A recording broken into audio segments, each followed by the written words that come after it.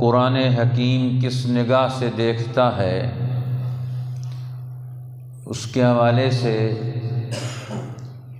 جو ہم نے موضوع متعین کیا ہے، عید الفطر اور خواتین اسلام کی دینی اور اجتماعی ذمہ داریاں۔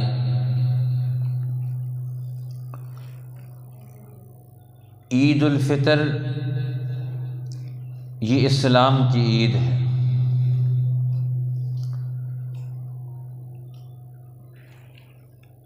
اور دین اسلام وحی کے نزول امت کی بنیاد پڑنے پر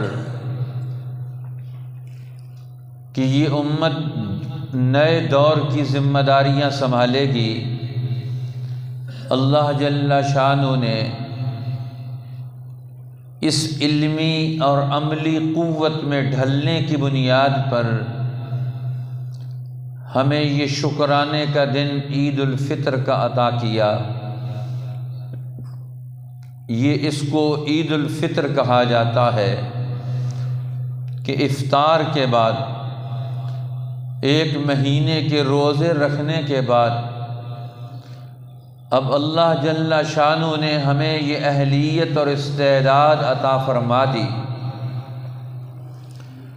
کہ ہم اگلے دور کی نعمتوں کا استحقاق اور درجہ لے کر زندگی کے میدانوں میں اتریں گے، قدم بڑھائیں گے۔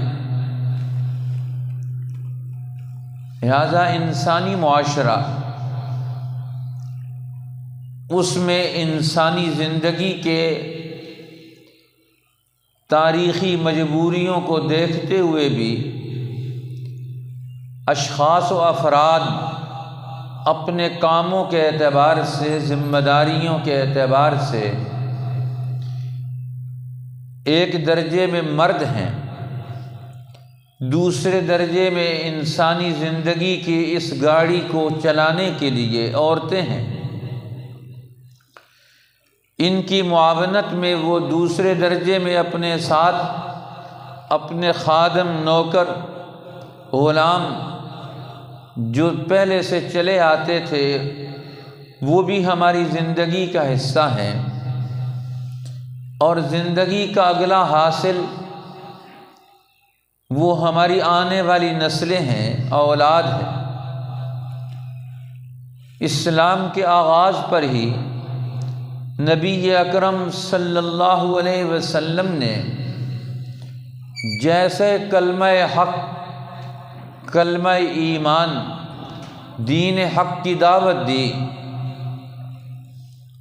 تو سب سے پہلے مردوں میں مسلمان ہونے والے سیدنا ابو بکر صدیق رضی اللہ تعالی عنہ ہیں،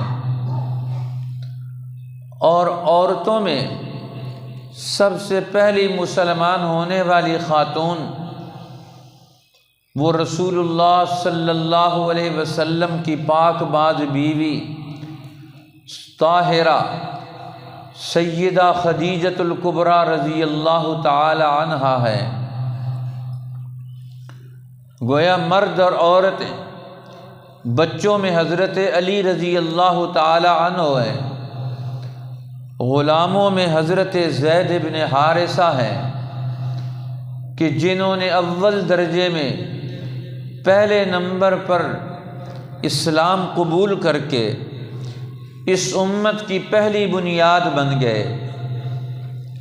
تو گویا اس امت کی پہلی جماعت، پہلی سوشل قوت، پہلی معاشرتی اساس جو وجود میں آئی، وہ نبی اکرم صلی اللہ علیہ وسلم اس امت کے امام، آپ اس امت کے رہنما، آپ اس امت کے مقتدا، اور آپ کے ساتھ آپ کے معاون و مشیر اور وزیر حضرت ابو بکر صدیق رضی اللہ تعالیٰ عنہ، اور خواتین میں سے مسلمان ہونے والی حضرت خدیجۃ الکبریٰ رضی اللہ تعالی عنہا ہے۔ اب ان کا بڑا عظیم کردار ہے خواتین کا دینی اور اجتماعی اعتبار سے یہ شریعت نے، دین نے ان کی ذمہ داریاں لگا دیں، کیونکہ زندگی مرد اور عورت کے بغیر یہ پایہ تکمیل تک نہیں پہنچ سکتی۔ اکیلے مرد ہوں، کوئی عورت نہ ہو، نسل کیسے آگے بڑھے گی؟ اکیلی عورتیں ہوں، کوئی مرد نہ ہو، پھر بھی زندگی کیسے آگے بڑھے گی؟ نسل انسانی، نسل نوع انسانی، اس کا وجود مرد اور عورت دونوں کے مرہون منت ہے۔ اس لیے اسلام اپنی دعوت حق میں، اپنے خطاب میں عورتوں اور مردوں دونوں کو بیک وقت خطاب کرتا ہے۔ یا ایھا الناس کہہ کر، اے دنیا میں بسنے والے انسانوں میں مرد بھی اور عورتیں بھی ہیں۔ اسی لیے جہاں مردوں نے دین حق کے لیے قربانیاں دیں، وہیں عورتوں نے بھی دین حق کے لیے قربانیاں دیں۔ اسلام کی پہلی شہیدہ حضرت سمیہ رضی اللہ تعالی عنہا ہے، جنہوں نے دین حق کے لیے سب سے پہلے جام شہادت نوش کیا اور اپنی استقامت کا مظاہرہ کیا، اپنی رائے کو دین حق کے قبول کر لینے کے بعد اپنے عقل و شعور کو اور اپنی رائے کو دین کے ساتھ ایسی نسبت وابستگی دی کہ جان تو قربان کر دی، لیکن انہوں نے اپنے آنے والے اگلے دور میں شکست قبول نہیں کی۔ اس لیے یہ بہادر خواتین ہیں جن کے اندر عقل بھی ہے، جن کے اندر ہمت اور جرأت بھی ہے، جن کے اندر اپنی رائے بھی ہے۔ اس لیے اسلام نے ایمان کے درجے میں مردوں اور عورتوں کو برابر رکھا کہ مرد اور عورتیں دین حق کے قبول کرنے میں یکساں برابر درجے کی حیثیت رکھتے ہیں۔ اسی طرح دین کے طلب کرنے کے اعتبار سے، دین کو حاصل کرنے کے اعتبار سے، علم کو حاصل کرنے کے اعتبار سے محنت اور جد و جہد کو دین نے بنیاد بنایا۔ اب وہ مرد اور عورتیں دونوں اس سلسلے میں برابر ہیں۔ طلب العلم فریضۃ علی کل مسلم و مسلمۃ، طلب علم یہ مرد اور عورت دونوں پر فرض ہے۔ وہ علم کی تلاش میں، علم کی طلب میں وہ آگے بڑھیں، اپنے دور جہالت کو ختم کریں، دور علم لے کر آئیں، دور حکمت لے کر آئیں۔ اس لیے نبوت نے آ کر انسانوں کی ان دونوں صنفوں کو، مرد اور عورت کو، زندگی کا بنیادی عنصر قرار دے کر دونوں کی ذہنوں کو ارتقاء دی۔ جہاں اسلام سے پہلے عورت کو صرف مال سمجھا جاتا تھا، عورت کو صرف حیوان سمجھا جاتا تھا، عورت کو صرف مردوں کے خواہشات کی تسکین کا صرف ذریعہ قرار دے کر اس کی کوئی حیثیت تسلیم نہ کی گئی تھی۔ اب دنیا کے کسی مذہب نے اسلام کی آمد سے پہلے عورت کو انسانی مرتبہ تو بڑے دور کی بات ہے، کسی قسم کی حفاظت اور امن کی کوئی حیثیت اس کو نہیں حاصل تھی۔ جو معاشروں کے بڑے لوگوں کی مرضی ہوتی، جس طرح کی وہ اپنی رائے بناتے، وہ اسی طرح عورتوں کو ٹریٹ کرتے، رویہ اختیار کرتے۔ اسلام نے اس دور جہالت کو ختم کر کے عورتوں کو زندگی کے درجے میں برابر حیثیت دے کر، علم اور شعور کے حیثیت میں مرتبہ دے کر، گھر کی زندگی میں رشتوں کا تقدس دے کر اس کی حیثیت کو منوایا۔ عورت کو، ہر عورت کو یہ 4 بڑی حیثیتیں دے کر دین اسلام نے اس کے حقوق کا اور اس کی حیثیت کا تعین کر دیا۔ پہلا درجہ وہ ماں کا ہے۔ اللہ جل شانہ نے عورت کو ماں کا درجہ دے کر ماں کے حقوق کو بیان کیا، اور ہر آدمی کو اپنے ماں باپ کے ساتھ حسن سلوک سے پیش آنا یہ ایک بنیادی انسانی نوعی اور طبعی فریضہ قرار دے دیا۔ وَوَصَّيْنَا الْإِنسَانَ بِوَالِدَيْهِ إِحْسَانًا، ہم نے انسان کو تاکید کی ہے وہ اپنے ماں باپ کے ساتھ حسن سلوک سے پیش آئے، ان کے ساتھ خیر خواہی کا معاملہ کرے، ان کے ساتھ درستگی کا مظاہرہ کرے، اور دعائیں سکھلائیں، رب ارحمہما کما ربیانی صغیرا، اے میرے رب میرے ماں باپ پر رحم فرما جس طرح انہوں نے مجھے بچپنے میں پالا۔ اب ماں باپ دونوں ہر انسان کی زندگی کی پہلی بنیادیں ہیں۔ اب بچہ پیدا ہونے کے بعد ماں باپ کی رحمتوں کا، شفقتوں کا، گہواروں کا محتاج ہے۔ ایک طرف باپ کی شفقتیں ہیں تو دوسری طرف ماں کی شفقتیں اور مہربانیاں ہیں۔ لہٰذا ایک بچہ ماں باپ کی شفقت اور مہربانیوں میں پروان چڑھتا ہے، وہ آگے بڑھتا ہے، وہ بولنا سیکھتا ہے، وہ چلنا سیکھتا ہے۔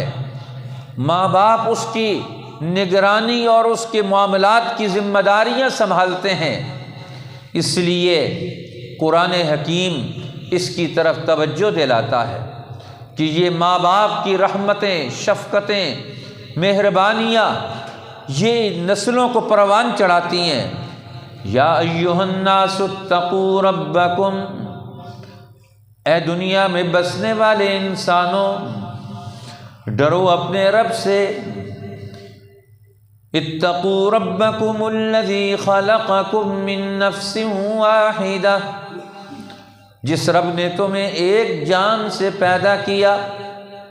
تم سب اولاد آدم ہو، سب سے پہلے آدم کا وجود ہے نوع انسانی میں، پھر نوع انسانی میں آدم کا وجود 2 حیثیتوں کا حامل اور مالک بن گیا کہ وہ ایک طرف ابو البشر ہیں، سارے انسانوں کے باپ ہیں، اور دوسری طرف وہ نوع انسانی کا فعال درجہ، پہلا درجہ، بنیادی کردار، وہ فعال درجے کا، فعالیت کا، وہ آدم علیہ السلام کے عنصر میں، قالب میں اللہ نے جوڑ دیا، اور فرمایا پھر نسل آدم کا دوسرا مظہر وہ حضرت حوا ہیں۔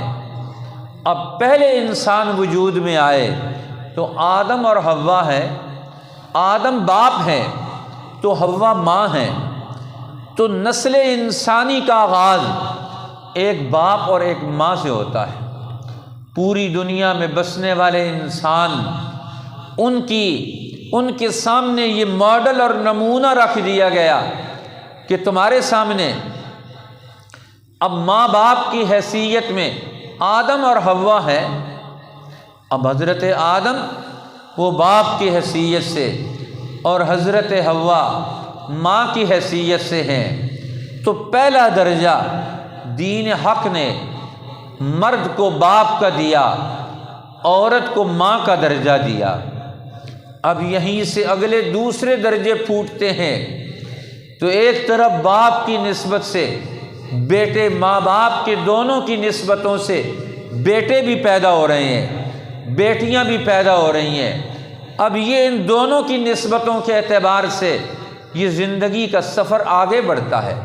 گویا معاشرہ، سوشل لائف، اجتماعی زندگی، سوسائٹی کی تشکیل، تمدن کی تشکیل، نظام حیات کی ترتیب و تکمیل، یہ مرد اور عورت دونوں کی صلاحیتوں اور استعداد سے وابستہ ہے۔ اس لیے قرآن حکیم ایمان کے درجے میں دوسرا علم کا درجہ ہے، تیسرا انسانی زندگی میں سعی اور جد و جہد اور عمل کا دور ہے۔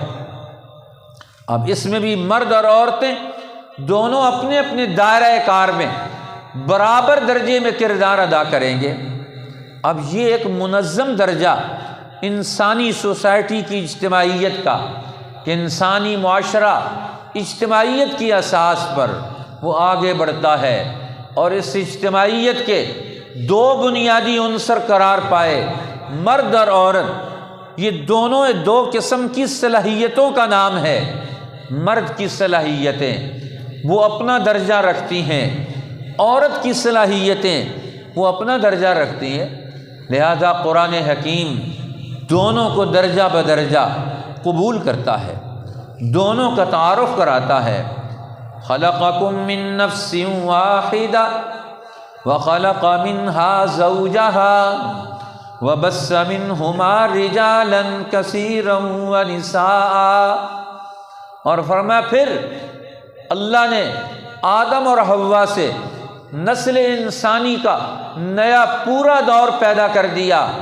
اب آگے انسان اسی سے آگے بڑھ رہے ہیں، لہٰذا پہلے درجے میں باپ اور ماں کی حیثیت سے یہ زندگی کا مظہر وجود میں آیا۔ آگے چل کر اب ماں کے بعد اولاد ہوتی ہے تو بیٹی بنتی ہے، بیٹا وجود میں آتا ہے۔ اب بیٹا بیٹی ماں باپ کی نسبت سے ہیں، اور آپس میں بہن بھائی کا تصور وجود میں آتا ہے۔ اب یہاں سے وہ بیٹا اور بیٹی کی حیثیت سے قرآن بیٹی کی حیثیت کو بھی تسلیم کرواتا ہے۔ اب بیٹی کو زندہ رہنے کا حق ہے، بیٹی کو رحمت اور شفقت کی نگاہوں کی ذمہ داریاں اور اس کے احساسات اس کے اندر موجود، بیٹی کی حیثیت سے اسے عزت اور احترام، بیٹی کی حیثیت سے اسے ایک شیلٹر ملتا ہے، ایک تحفظ ملتا ہے۔ قرآن ہر عورت کو بھی بیٹی قرار دیتا ہے، یہ امت کی بیٹیاں ہیں۔ اسی لیے تمام عورتیں روحانی اعتبار سے ایک مرتبے پر آ جاتی ہیں کہ وہ آپس کے تعلق کے اعتبار سے یہ اخوت کا درجہ بن جاتا ہے، یہ دینی اخوت وجود میں آتی ہے۔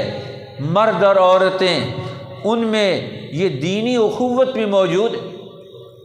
اسی لیے قرآن حکیم ایمان والوں کا تعارف اس اعتبار سے بھی کرواتا ہے، والمؤمنون والمؤمنات بعضهم اولیاء بعض۔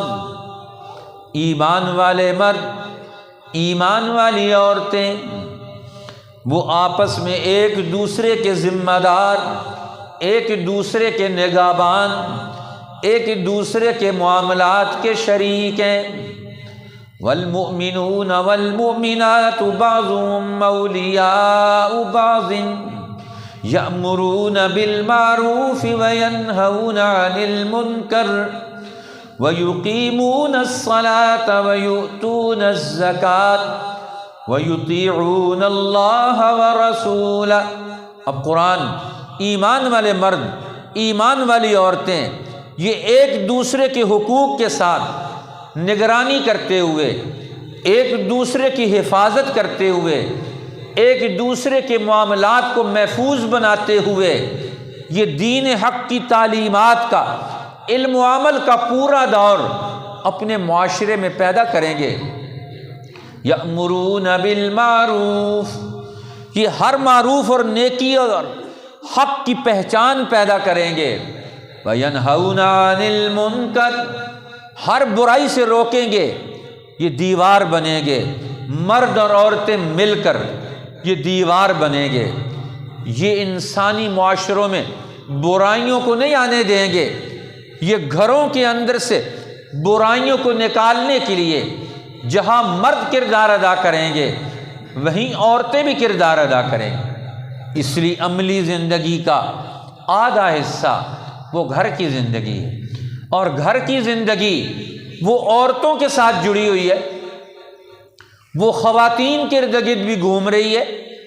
اس لیے خواتین کی زندگی، وہ بھی دین حق اس کو رہنمائی دیتا ہے کہ تمہارے اندر اس زندگی کی مناسبت سے احساسات بیدار ہونے چاہیے، تمہاری قوتیں وجود میں آنی چاہیے۔ اللہ نے اس کی طرف رہنمائی کی ہے۔ اس لیے قرآن حکیم اصول سمجھاتا ہے۔ اللہ جل شانہ ہمیں ان اصولوں کی پاسداری کا پورا ادراک اور احساس عطا کرنا چاہتے ہیں، اس لیے فرمایا کہ یہ مرد اور عورتیں ینہون عن المنکر، برائی سے روکیں گے، یہ اجتماعی قوت یہ برائی سے روکے۔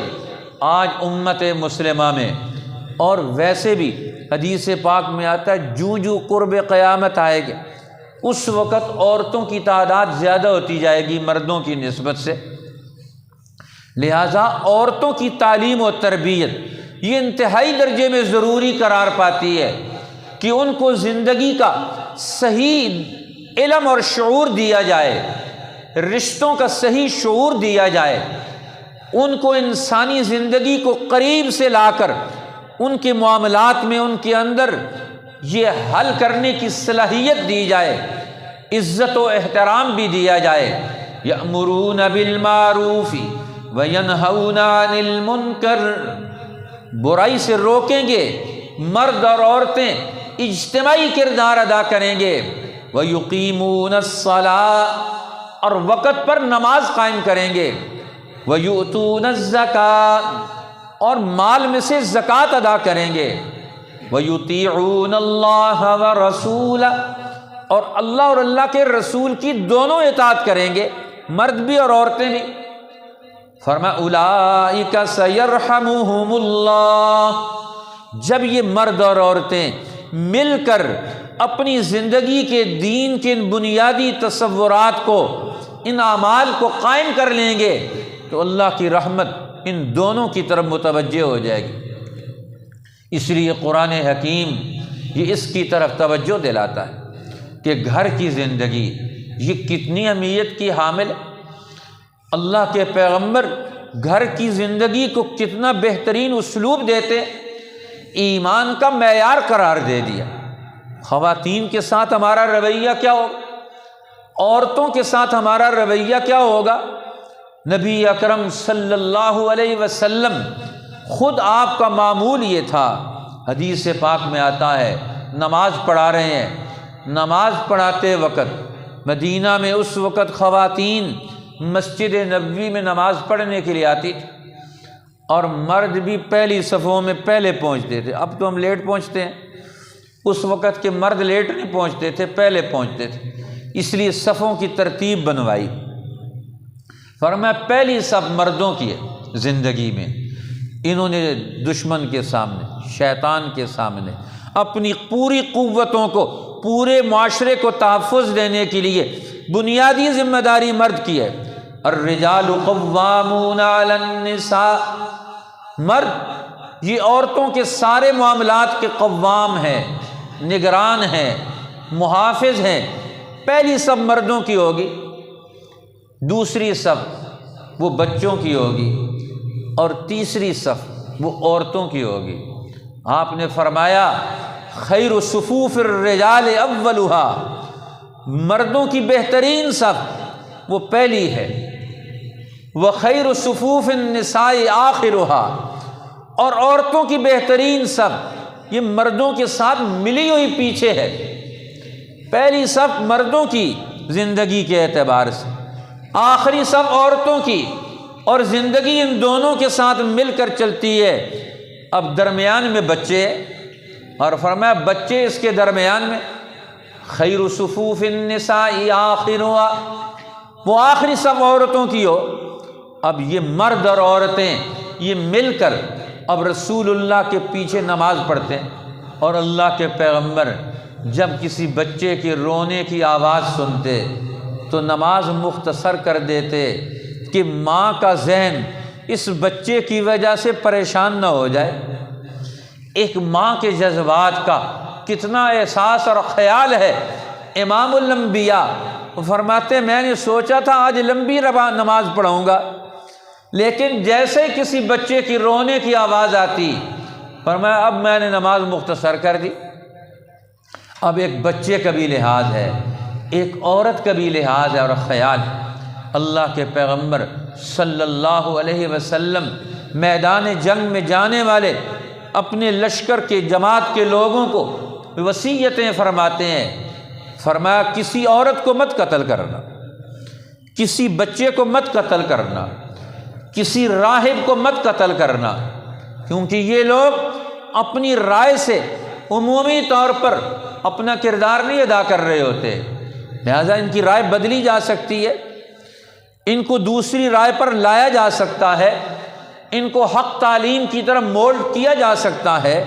لہذا عورتوں کے حقوق قرآن نے ہمیشہ خصوصی اور اسپیشل رکھے، ان کو درجہ دیا، ایک درجے میں لا کر ان کی حیثیت کو تسلیم کروایا۔ اب صلح حدیبیہ ہو رہے، صلح حدیبیہ میں مردوں کے لیے یہ طے ہو گیا کہ جو مکہ میں مکہ میں رہیں گے، جو مدینہ میں وہ مدینہ میں رہیں گے، آپس میں طے ہو گیا۔ اب مکہ سے اس وقت مسلمان عین موقع پر آ گئے بھاگ کر، جو قید میں تھے، انہوں نے کہا ان کو واپس کرو ہمارے پاس۔ آپ نے فرمایا ٹھیک ہے معاہدہ ہو گیا تو واپس لے جاؤ۔ عورتیں کچھ آ گئیں تو انہوں نے کہا عورتیں بھی واپس کرو۔ رسول اللہ نے فرمایا عورتوں کا کوئی معاہدہ نہیں، ہم عورتوں کو تمہارے پاس واپس نہیں بھیج سکتے، لہٰذا اس معاہدے میں ان کی حیثیت اور ان کے حقوق کو مد نظر رکھتے ہوئے اسی معاہدے میں ان کی اس رائے کو مسترد کر دیا۔ اور قرآن اسی لیے تو نازل ہوا، یا ایھا الذین آمنوا اذا جاءکم المؤمنات مہاجرات فامتحنوہن اللہ اعلم بایمانہن۔ اے ایمان والو، اگر تمہارے پاس ایمان والی عورتیں ہجرت کر کے آ جائیں تو امتحان لے کر ان کو اپنے ہاں جگہ دے دو، قبول کر لو، اور ان کو واپس مت کرو، دشمن کی طرف انہیں واپس مت ہونے دو۔ اس لیے قرآن حکیم نے عمل کے درجے میں بھی مرد اور عورت دونوں کو برابر درجے میں قبولیت کا مرتبہ دلوایا۔ من عمل صالحا من ذکر او انثی وہو مؤمن، جو بھی نیک کام کرے گا مرد ہو یا عورت، فہو مؤمن، شرط یہ ہے کہ وہ مومن ہو، فلنحیینہ حیاتا طیبہ، ہم اسے پاکیزہ زندگی عطا کریں گے۔ اب قرآن یہ ہمارے سامنے نمونے پیش کرتا ہے، مثالیں پیش کرتا ہے کہ مسلمان خواتین نے اپنی دینی ذمہ داریاں محسوس کی، اور قرآن اس حوالے سے ایک ماڈل اور نمونہ پیش کرتا ہے کہ نبی اکرم صلی اللہ علیہ وسلم کا گھر، آپ کا گھر پوری امت کے گھروں کے لیے نمونہ معیار ہے، علم کا، عمل کا، اخلاق کا، ایک دوسرے کی عزت و احترام کا۔ ام المومنین سیدہ عائشہ رضی اللہ تعالی عنہ فرماتی کہ میں اگر رسول اللہ کمرے میں نماز پڑھ رہے ہوتے، کنڈا لگا ہوا ہوتا، کنڈا لگا کر بھی نماز پڑھتے تھے، اور میں نماز پڑھتے اور میں دروازہ کھٹکھٹاتی تو نماز توڑ کر کنڈا کھول کر پھر دوبارہ نماز شروع کر دیتے۔ اب یہ بھی رعایت رکھی، خواتین کی رعایت بھی رکھتے ہیں۔ عید کا موقع آیا، عید کے موقع پر نبی اکرم صلی اللہ علیہ وسلم مدینہ میں حبشی غلام وہ اپنے کرتب دکھاتے، بھالا مارتے ہیں، اور مختلف قسم کی گیمز ہوتی ہیں جو جنگ کے ساتھ مناسبت بھی رکھتی ہیں اور مسلمانوں کے اندر اجتماعی اعتبار سے نئی عملی زندگی کے جو تقاضے ہیں ان پر انہیں عبور مل جائے۔ اب یہ بھی ایک قسم کی سرگرمیاں، اجتماعی سرگرمیاں۔ تو حضرت عائشہ رضی اللہ تعالی عنہ نے میں بھی ان کی یہ سرگرمیاں دیکھنا چاہتی ہوں کہ یہ کیسے کرتب دکھاتے ہیں، تو آپ صلی اللہ علیہ وسلم نے مسجد نبوی سے باہر میدان، وہاں یہ سارے معاملات ہوتے۔ حضرت عمر رضی اللہ تعالیٰ عنہ نے مسجد نبوی سے باہر ایک میدان بنوایا ہوا تھا ساتھ، فرمایا جس کو زیادہ کسی بات کا اس کو مسئلہ ہو، کوئی بات چیت کرنی ہو، گپ شپ لگانی ہو، شعر گوئی کرنی ہو، کوئی اس طرح کی رائے کا اظہار کرنا ہو، فرمایا مسجد سے باہر نکل کر اپنا مسئلہ حل کر لو، تمہارے لیے جگہ بنائی ہوئی۔ اب حضور علیہ السلام نے ان کو وہاں بلوایا اور انہوں نے اپنے کرتب دکھائے، اور اللہ کے پیغمبر کھڑے ہو گئے اور پیچھے حضرت عائشہ کھڑی ہو گئی، آپ کے کندھے پر منہ رکھ کر دیکھتی رہیں، پردہ بھی ہو گیا اور دیکھتی بھی رہیں، اور جب خود ہی تھک گئیں تو اس وقت اللہ کے پیغمبر صلی اللہ علیہ وسلم سے کہا کہ اب میں تھک گئی ہوں۔ آپ نے فرمایا اچھی بات ہے۔ تو معلوم ہوا عورتوں کو مثبت سرگرمیاں، مثبت معلومات، ایسی معلومات انہیں ضرور ملنی چاہیے۔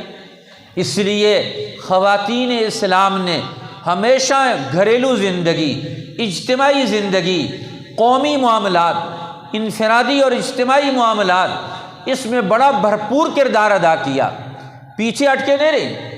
اب حضرت عائشہ رضی اللہ تعالیٰ عنہ علم کے اعتبار سے، اخلاق کے اعتبار سے، رسول اللہ کے قرب کے اعتبار سے ان کو سب سے اونچا مقام حاصل ہے جو کسی اور خاتون کو حاصل نہیں۔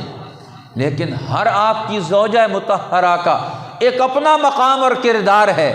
ام المومنین حضرت ام سلمہ رضی اللہ تعالیٰ عنہ بڑی خوبصورت انداز میں قرآن پاک پڑھا کرتی تھی، خوبصورت انداز میں قرآن پاک پڑھا کرتی تھی، یہاں تک کہ ہو بہو جس طرح رسول اللہ قرآن پڑھا کرتے تھے اس طرح بچوں کو قرآن پڑھ کے سنایا کرتی تھی، بے عینی رسول اللہ کی گویا پوری نقل اتار کر جس طرح اللہ کے پیغمبر پڑھتے تھے۔ اب ایک بچے کو، کسی کو انہوں نے قرآن حکیم کی وہ قرات بھی تلقین کی کہ اللہ کے پیغمبر اعوذ باللہ کیسے پڑھتے تھے، بسم اللہ کیسے پڑھتے تھے، پھر سورۃ الفاتحہ کیسے پڑھتے تھے، پوری سورت پڑھ کر انہیں بتائی۔ حضرت ام سلمہ رضی اللہ تعالیٰ عنہا نے گویا پوری زندگی اللہ کے پیغمبر کی امت تک گھریلو زندگی پہنچی ہے، وہ ازواج مطہرات کے ذریعے سے پہنچی ہے۔ تو رسول اللہ کا گھر معیار، اس لیے مسلمان خواتین ان کی بڑی ذمہ داریوں میں سے قرآن یہ ذمہ داری لگاتا ہے، وَاذْكُرْنَ مَا يُتْلَى فِي بُيُوتِكُنَّ مِنْ آيَاتِ اللَّهِ وَالْحِكْمَةِ، پیغمبر کے گھروں میں آنے والی ازواج مطہرات، امہات المومنین، اللہ کے پاک پیغمبر کی بیویوں، تمہاری بھی یہ ذمہ داری بنتی ہے، وَاذْكُرْنَ مَا يُتْلَى فِي بُيُوتِكُنَّ مِنْ آيَاتِ اللَّهِ وَالْحِكْمَةِ، تم یاد کرو، یاد رکھو جو آیات تمہارے گھروں میں پڑھی جاتی ہیں، تمہارے گھروں میں جن آیات کی تلاوت کی جاتی ہے ان کو پورے طریقے سے یاد کرو۔ یہ حکمت کی باتیں، قرآن کی آیات، اللہ کے پیغمبر کی حکمت کی باتیں، انہیں پورے طریقے سے ازبر کر لو، یاد کر لو، سمجھ لو، اور پھر سمجھ کر مسلمان خواتین کا اگلا کام کیا ہے کہ انہوں نے تعلیم اور تربیت کا یہ پورا منصب ایک دور کے اعتبار سے سنبھالنا ہے۔ اس لیے مولانا عبید اللہ سندھی رحمۃ اللہ علیہ سورۃ الاحزاب کی اس تفسیر میں رسول اللہ کے گھرانے کی خصوصیات نقل کر کے اس کی طرف توجہ دلاتے ہیں کہ یہ ہوم فرنٹ، مسلمانوں کی گھریلو زندگی کا یہ ایک مورچہ ہے، گھریلو زندگی، فیملی فاؤنڈیشن، خاندانی نظام، اس کو وہ ہوم فرنٹ کا نام دیتے ہیں۔ جب کسی مسلمان معاشرے کا، کسی انسانی معاشرے کا یہ ہوم فرنٹ زندہ ہوگا، یہ گھریلو مورچہ قائم ہوگا، یہ گھر میں بیٹھنے والی خواتین معاشرتی اعتبار سے، اقدار کی تعارف کے اعتبار سے، زندگی کے مسائل کے تجربات کو جمع کرنے کے اعتبار سے، اپنی نسل نو کی تربیت کے تقاضوں کے اعتبار سے وہ آراستہ ہوں گی، اس قوم کو کوئی شکست نہیں دے سکتا۔ جس کی ماؤں کے اندر علم موجود، جس قوم کی بہنوں اور خواتین کے اندر حکمت اور دانائی موجود ہو، جن عورتوں کے اندر احساس ذمہ داری موجود ہو، جن عورتوں کے اندر پڑوس کی پوری زندگی کے اعتبار سے نگرانی کا نظام ان کے ذہن میں موجود ہو، ان عورتوں کو کون شکست دے سکتا ہے؟ اب عورتیں بڑی بہادر بھی ہیں۔ حضرت اسماء بنت یزید السکن الانصاریہ، ایک عورت جنہوں نے معرکہ یرموک کے اندر جب مسلمانوں کے قریب ترین دشمن پہنچ گیا، صرف خیمے کی ایک چوب سے انہوں نے 9 دشمنوں کو قتل کر دیا۔ وہ ہمت اور جرأت بھی رکھتی ہے، بہادری بھی رکھتی ہیں۔ خنسا جو بڑی شاعرہ ہے، 7 بیٹے میدان میں اتارے اور فرمایا پیٹ پھیر کر مت آنا، بہادر بن کر، باہمت بن کر دنیا میں قدم رکھنا۔ سید الشہداء حضرت حمزہ رضی اللہ تعالی عنہ جب شہید ہو گئے، کان کٹ گیا، ناک کٹ گئے اور چہرہ مس کر دیا دشمنوں نے۔ اب اس حال میں ان کی بہن دیکھنے کے لیے آنا چاہتی ہیں، رسول اللہ کی پھوپھی سیدہ صفیہ رضی اللہ تعالی عنہ میدان میں، کہ میں اپنے بھائی کو پہچاننا چاہتی ہوں۔ چہرے سے نہیں پہچانے جا رہے، انہوں نے پاؤں کے انگلیوں سے اور ہاتھ سے انہوں نے اپنے بھائی کو پہچانا۔ رسول اللہ نے پہلے منع فرمایا کہ مت آنے دو، شاید بے صبری کا مظاہرہ نہ ہو جائے۔ فرمایا نہیں، مجھے تو اپنے بہادر بھائی پر مجھے رشک ہے، میں تو اسے دیکھنا چاہتی ہوں، میں تو اسے دیکھنا چاہتی ہوں۔ لہٰذا اللہ کے پیغمبر نے اجازت دی۔ ان میں وہ حوصلہ بھی ہے کہ اپنے کٹے پٹے ہوئے بھائی کو دیکھ کر کوئی حسرت و افسوس نہیں ہے، بلکہ اللہ کی بارگاہ میں کہ انہوں نے قربانیاں دے کر دین حق کو زندہ رکھا، مال بھی قربان کر رہی ہیں۔ حدیث پاک میں آتا ہے رسول اللہ صلی اللہ علیہ وسلم عید کے دن مسلمانوں کو خطبہ دیتے تھے، پھر مدینہ کے ایک گھر میں عورتوں کو جمع کیا جاتا تھا، اور عورتیں بھی جمع ہوتی، اور جمع ہو کر واپسی پر اللہ کے پیغمبر ان کو الگ سے خطاب فرماتے، ان کو الگ سے دین کی باتیں بتاتے۔ اور پھر حضرت بلال جب یہ باتیں بتائیں، عورتوں کو تعلیم اور تربیت دی، دنیا کی بے ثباتی بیان کی کہ اپنے وسائل کو اللہ کی راہ میں خرچ کرو، تو عورتوں نے بلال کی، حضرت بلال حبشی کی چادر بھر دی، اپنا زیور سب کچھ دین حق کے لیے قربان کر دیا۔ یہ خواتین تھیں جنہوں نے اپنی ہمت اور جرأت سے پورا کردار ادا کیا۔ کس کس عورت کا کردار دین اسلام کے اس پہلے دور سے لے کر آج تک اگر دیکھا جائے تو کتنی مائیں، کتنی بہنیں، کتنی بیٹیاں جنہوں نے اپنی ان ذمہ داریوں کو محسوس کیا۔ آج ہر اس آدمی کے بیگ پر اس کی ماں کا، بہن کا، ان کی بیٹیوں کا کردار نظر آتا ہے۔ اس لیے قرآن حکیم ہمیں توجہ دلاتا ہے۔ اسلام کی دور جاہلیت کا اختتام کس پر ہوتا ہے؟ وہ اسلام کی عقل و شعور پر ہوتا ہے۔ یہ دور علم ہے، یہ دور شعور ہے، یہ حکمت اور دانائی کا دور ہے اسلام کا۔ اسلام نے آ کر عورتوں کے اندر بھی یہ حکمت اور دانائی پیدا کر دی، اور اس حکمت اور دانائی کا یہ مطلب نہیں ہے کہ وہ زندگی کے مسائل میں وہ الگ تھلگ راستہ اختیار کر لیں، نہیں۔ فرمایا تمہیں خیرکم لأہلہ، فرمایا تم میں سے بہترین آدمی وہ ہوگا جو اپنے گھر والوں کے لیے بہترین ہوگا۔ وانا خیرکم لأہلی، اور میں اپنے گھر والوں کے لیے بہترین ہوں۔ تو رسول اللہ کا گھر معیار بن گیا تمام مسلمان گھرانوں کے لیے، رسول اللہ کی بیویاں اور بیٹیاں معیار بن گئی تمام امت کی عورتوں کے لیے۔ اب یہاں سے علم کا، شعور کا، تربیت کا، اخلاق کا، رہنمائی کا یہ پورا اگلا دور چلتا ہے۔ علم و حکمت کی اساس پر اب نبی اکرم صلی اللہ علیہ وسلم ہر سفر میں اپنی خواتین کو ساتھ لے کر جاتے ہیں، قرآن اندازی کر کے جس کا نام نکلتا ہے انہی کو اس سفر میں ساتھ لے کر جاتے ہیں۔ اب حضرت عائشہ رضی اللہ تعالی عنہا سفر پر، حجۃ الوداع کے سفر پر رسول اللہ کے ساتھ اب اللہ کے پیغمبر جیسے ہی احرام باندھ کر اپنے خیمے سے باہر نکلے تو دیکھا کہ حضرت عائشہ رو رہی۔ فرمایا کیا ہو گیا؟ کہنے لگی میں اب آپ کے ساتھ کیسے حج کروں گی؟ فرمایا ما کتب اللہ علی بنات آدم علی بنات حوا، جو اللہ نے حوا کی بیٹیوں پر لکھ دیا، ماواری آ گئی، اب وہ کعبۃ اللہ میں اندر نہیں جا سکتی تو میں حج کیسے کروں گی؟ فرمایا حج کرو گی، تم احرام باندھو، تم حج کے سارے کام کرو گی، صرف طواف چھوڑ دو گی، وہ آخر میں کرنا ہے۔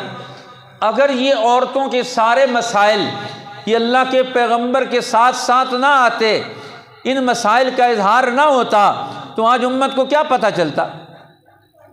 اب سب بیویوں نے طواف کر لیا، عمرہ بھی کر لیا، اب حضرت عائشہ پیچھے رہ گئی، یا رسول اللہ میں نے تو عمرہ بھی نہیں کیا اور آپ کے ساتھ طواف کعبۃ اللہ کے اندر بھی نہیں گئی۔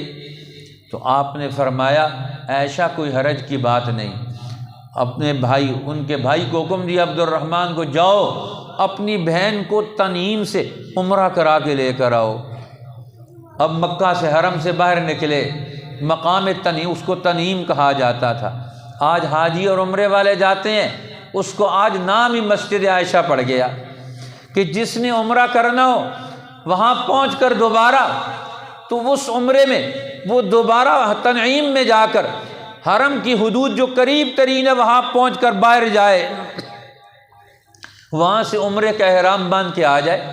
اب حضرت عائشہ کے عمرے سے امت کے لیے دوبارہ عمرہ کرنے کا راستہ کھل گیا۔ پھر حضرت عائشہ نے افسوس کا اظہار کیا، یا رسول اللہ میں تو کعبۃ اللہ کے اندر داخل نہیں ہو سکی، یہ تو بڑی محرومی کی بات ہے۔ حضور نے ہاتھ پکڑا اور میزاب کعبہ کے نیچے لا کر کھڑا کر دیا، فرمایا عائشہ یہ کعبۃ اللہ کا حصہ ہے، یہ اندر کا حصہ ہے، یہ مقام، یہ میزاب نہیں ہے، صرف یہ کعبۃ اللہ کے اندر کا حصہ ہے۔ یہ قوم سے خرچہ کم ہو گیا تھا، انہوں نے کعبۃ اللہ کا یہ حصہ بار چھوڑ دیا، لہٰذا میرا جی چاہتا تھا کہ میں اس کو دوبارہ ابراہیم علیہ السلام کی اساس پر تعمیر کروں۔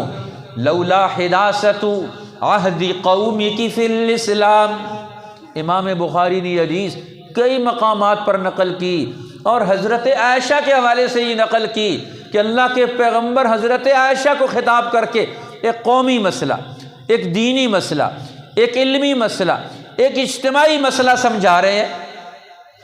لولا حداثت عہد قومی کی فی الاسلام، اگر یہ تیری قوم ابھی نئی نئی مسلمان نہ ہوئی ہوتی، ابھی مکہ فتح ہوا اور ابھی 10 ہجری میں ہم حج کرنے کے لیے آ گئے، تو اگر یہ نہ ہوتا تو میں کعبۃ اللہ کو ابراہیم علیہ السلام کی اساس پر دوبارہ تعمیر کرتا، اس کے 2 دروازے بناتا، دونوں دروازے زمین پر لگا دیتا اور اس حصے کو اندر شامل کرتا۔ لیکن لوگ کہیں گے یہ تو سارے ابراہیم علیہ السلام کے دین کو مٹا رہے ہیں، اس لیے کچھ چیزوں کو، دین کی بنیادی چیزیں کون سی ہیں اور وہ چیزیں جن کو چھیڑنے کی ضرورت نہیں، اس کے بغیر بھی کام چل سکتا ہے، اللہ کے پیغمبر حضرت عائشہ کو رہنمائی دے رہے ہیں۔ حضرت عائشہ نے یہ حدیث سن کر امت کے لیے محفوظ کر لی، قیامت تک کے آنے والے لوگوں کے لیے، مردوں کے لیے بھی رہنمائی آ گئی۔ لہٰذا اللہ جل شانہ نے خواتین کو مقام دیا۔ آج امت مسلمہ کا 50% سے زیادہ حصہ عورتوں پر مشتمل ہے۔ آج عورتوں کی تعلیم و تربیت آج صرف میڈیا کی بنیاد پر ہوتی۔ آج ہمارا سوشل میڈیا، پرنٹ میڈیا آج ہمارے گھروں کے اندر تک پہنچا ہوا ہے، ہماری خواتین دن کو فارغ ہو کر وہاں پہنچ جاتی۔ آج ہمارا مزاج، ان کی رائے، ان کی معلومات، ان کے افکار، ان کے خیالات، ان کے نظریات، ان میں قرآن حکیم کتنا داخل، ان میں سنت رسول سے رہنمائی لینے کا کون سا عمل ہے۔ اسلام جو گھریلو خاندانی اجتماعی نظام پیدا کرنا چاہتا ہے، آج ہماری خواتین اس سے کیسے بہرور ہوں گی، وہ کیسے ان قومی اجتماعی دینی ذمہ داریوں کو سنبھالے گی۔ یہ دین سنبھالنا یہ مردوں اور عورتوں دونوں کی ذمہ داریاں ہیں، اس لیے قیامت کے دن مردوں سے بھی اس کی پوچھ ہوگی، عورتوں سے بھی اس کی پوچھ ہوگی۔ اس لیے آج یہ بہت بڑا نازک مسئلہ ہے، اس لیے اسلام پردے میں رہتے ہوئے، عفت اور پاک دامنی عورتوں کی قائم رکھتے ہوئے، ان کے حدود کو قائم رکھتے ہوئے ان کو زندگی کے سارے معاملات میں شامل کرنا چاہتا ہے، ان کی رائے لینا چاہتا ہے، ان کو رائے دینا چاہتا ہے۔ نبی اکرم صلی اللہ علیہ وسلم نے اس کے لیے بڑا بھرپور پوری زندگی کا اسوہ اور نمونہ دیا۔ اسی لیے حدیث پاک میں فرمایا ما بین بیتی و منبری روضۃ من ریاض الجنہ، میرے گھر اور میرے ممبر کے درمیان کا یہ ٹکڑا، ایک طرف ممبر رسول ہے، ایک طرف رسول اللہ کا گھر ہے، فرمایا یہ دونوں مل گئے، دونوں کے ملنے سے کیا چیز وجود میں آ رہی ہے؟ روضۃ من ریاض الجنہ، جنت کا باغ وجود میں آ رہا ہے، یہ ریاض الجنہ ہے۔ ایک طرف رسول اللہ کا گھر ہے، ایک طرف رسول اللہ کا ممبر ہے۔ جب رسول اللہ کا گھر اور ممبر ملتے ہیں، ممبر سے تعلیمات ہیں، آرڈر ہے، حکم ہے، علم ہے، اور گھر میں اس کا عمل ہے، کیونکہ گھر میں عمل کی صورتیں وجود میں آتی ہیں، علم عمل میں ڈھلتا ہے، عمل اخلاق میں ڈھلتا ہے، اخلاق سے محبت پیدا ہوتی ہے، تو گھریلو نظام الفت پر، محبت پر، مودت پر پیدا ہوتا ہے۔ اس لیے اللہ فرماتے ہیں ہم نے مردوں اور عورتوں میں ایک باہم انس پیدا کر دیا۔ وَمِنْ آيَاتِهِ خَلْقُ السَّمَاوَاتِ وَالْأَرْضِ وَاخْتِلَافُ أَلْسِنَتِكُمْ وَأَلْوَانِكُمْ، فرمایا اسی طرح تمہاری زبانیں مختلف بنائیں، اس میں بھی تمہارے لیے اللہ کی قدرت کی نشانیاں ہیں۔ فرمایا اسی طرح یہ مرد اور عورتیں، اللہ فرماتے ہیں وَجَعَلَ بَيْنَكُمْ مَوَدَّةً وَرَحْمَةً، ہم نے تمہارے درمیان مودت اور محبت پیدا کر دی۔ یہ گھریلو زندگی کی اساس، کہ گھر میں نفرت پیدا نہ، اس لیے رسول اللہ نے فرمایا لیس منا من خبب امرأة علی زوجہا، وہ میری امت کا حصہ ہی نہیں جو عورت کو خامن کے خلاف بھڑکائے، مرد اور عورت میں خرابی پیدا کرنے کی، تقسیم پیدا کرنے کی، لڑائی پیدا کرنے کی کوشش کرے۔ گھروں کو لڑائیوں سے بچانا، نفرتوں سے نکالنا، الفتیں اور محبتیں پیدا کرنا، وہ معیار پیدا کرنا، یہ ایک ضروری چیز ہے۔ اس لیے فرمایا قرآن حکیم نے نبی اکرم صلی اللہ علیہ وسلم کو خطاب کیا خاص طور پر، یا ایھا النبی اذا جاءک المؤمنات، اے میرے پیغمبر جب آپ کے پاس ایمان والی عورتیں آئیں، یبایعنک، کہ آپ سے آ کر دین سیکھیں، آپ کے ہاتھ پر بیعت کریں، آپ کے سامنے آ کر دین پر پختگی اور استقامت کا معاہدہ اور مظاہرہ کریں، یبایعنک، وہ بیعت کریں اس بات پر، الا اللہ یشرکن باللہ شیئا، وہ اللہ کے ساتھ کسی کو شریک نہیں ٹھہرائیں گی، ولا یسرقن، چوری نہیں کریں گی، ولا یزنین، زنا نہیں کریں گی، ولا یقتلن اولادہن، اور اپنی اولاد کو قتل نہیں کریں گی، ولا یأتین ببہتان یفترینہ بین ایدیہن وارجلہن، اور طوفان اور تہمتوں اور الزام تراشیوں کو قبول نہیں کریں گی، وہ معاملہ نہیں کریں گی۔ فرمایا فبایعہن، آپ انہیں بیعت کریں، واستغفر لہن اللہ، اور ان سے ان کے لیے اللہ سے معافی مانگے، بخشش مانگے، ان اللہ غفور الرحیم، اللہ بخشنے والا مہربان ہے۔ فرمایا اب یہ بیعت لے کر، معاہدہ کر کے، ذمہ داریاں بتا کر ان کو اپنے گھروں میں واپس بھیجنا۔ اب وہاں خاتون نے پوچھا اللہ کے پیغمبر میرا خامن تو بہت کم خرچ کرتا ہے، ضرورت سے کم دیتا ہے۔ ابو سفیان کی بیوی ہند مسلمان ہو گئی، تو آپ نے فرمایا کہ اگر تمہارا خامند کم دیتا ہے تو کیا میں اس کے مال میں سے صدقہ کر سکتی ہوں، خیرات کر سکتی ہوں؟ آپ نے فرمایا ہاں، جو روزانہ کا دسترخوان پر جو چیز پکتی ہے، جو ادھر ادھر لین دین کیا جا سکتا ہے، فرمایا اس کو ضرور کرو۔ اور عورتوں کو تلقین کی، فرمایا جب گوشت پکاؤ تو اس میں شوربہ زیادہ بنا لیا کرو، اور اپنے پڑوس والوں کو بھی اپنی ہنڈیا میں شامل کر لیا کرو۔ اور عورتوں کو فرمایا دیکھو آگ، پانی اور نمک میں سارے لوگ مشترک ہیں، تم نے آگ جلائی تو دوسرا آ کر روٹیاں پکانا چاہے اسے منع مت کرنا۔ آج کل تو سوئی گیس ہی بہت مہنگی ہو گئی جی، تو الٹا کہتے ہیں اپنے بھی بند کر دو۔ تو پہلے یہ تو تنگیوں کا دور آ گیا، اسلام آ کر وسعت دیتا ہے، ذہنوں کو وسعت دیتا ہے۔ فرمایا تم نے تندور گرم کر لیا، تمہاری پڑوسن آ کر اگر تندور پر روٹیاں لگا لے، فرمایا اسے منع نہ کرنا۔ آگ میں بھی لوگ مشترک ہیں، پانی میں بھی مشترک ہیں، نمک میں بھی مشترک ہیں۔ فرمایا ان چیزوں کو مت روکنا۔ اب قرآن حکیم نے تعلیمات دی، آج بڑی ضرورت ہے۔ آج ہمارے بچیوں کی تربیت انفرادیت پر ہوگی، گھروں کا نظام ٹوٹ جائے گا، حقوق اور احترام ختم ہو جائیں گے۔ اللہ جل شانہ ہمیں سنت رسول، سنت ازواج رسول، سنت بنات رسول، سنت صحابیات رسول، اللہ تعالی ہماری عورتوں کو اس پوری سنت کے اس نظام پر آ کر اپنی زندگیوں کو قائم کرنے کی، زندگی کی خرابیوں سے نکلنے کی اور اجتماعی قوت میں ڈھل کر بڑی طاقت بن کر دین اسلام کے علم اور عمل کو قائم کرنے کی ذمہ داریاں نبھانے کی توفیق عطا فرمائے۔ وآخر دعوانا الحمدللہ۔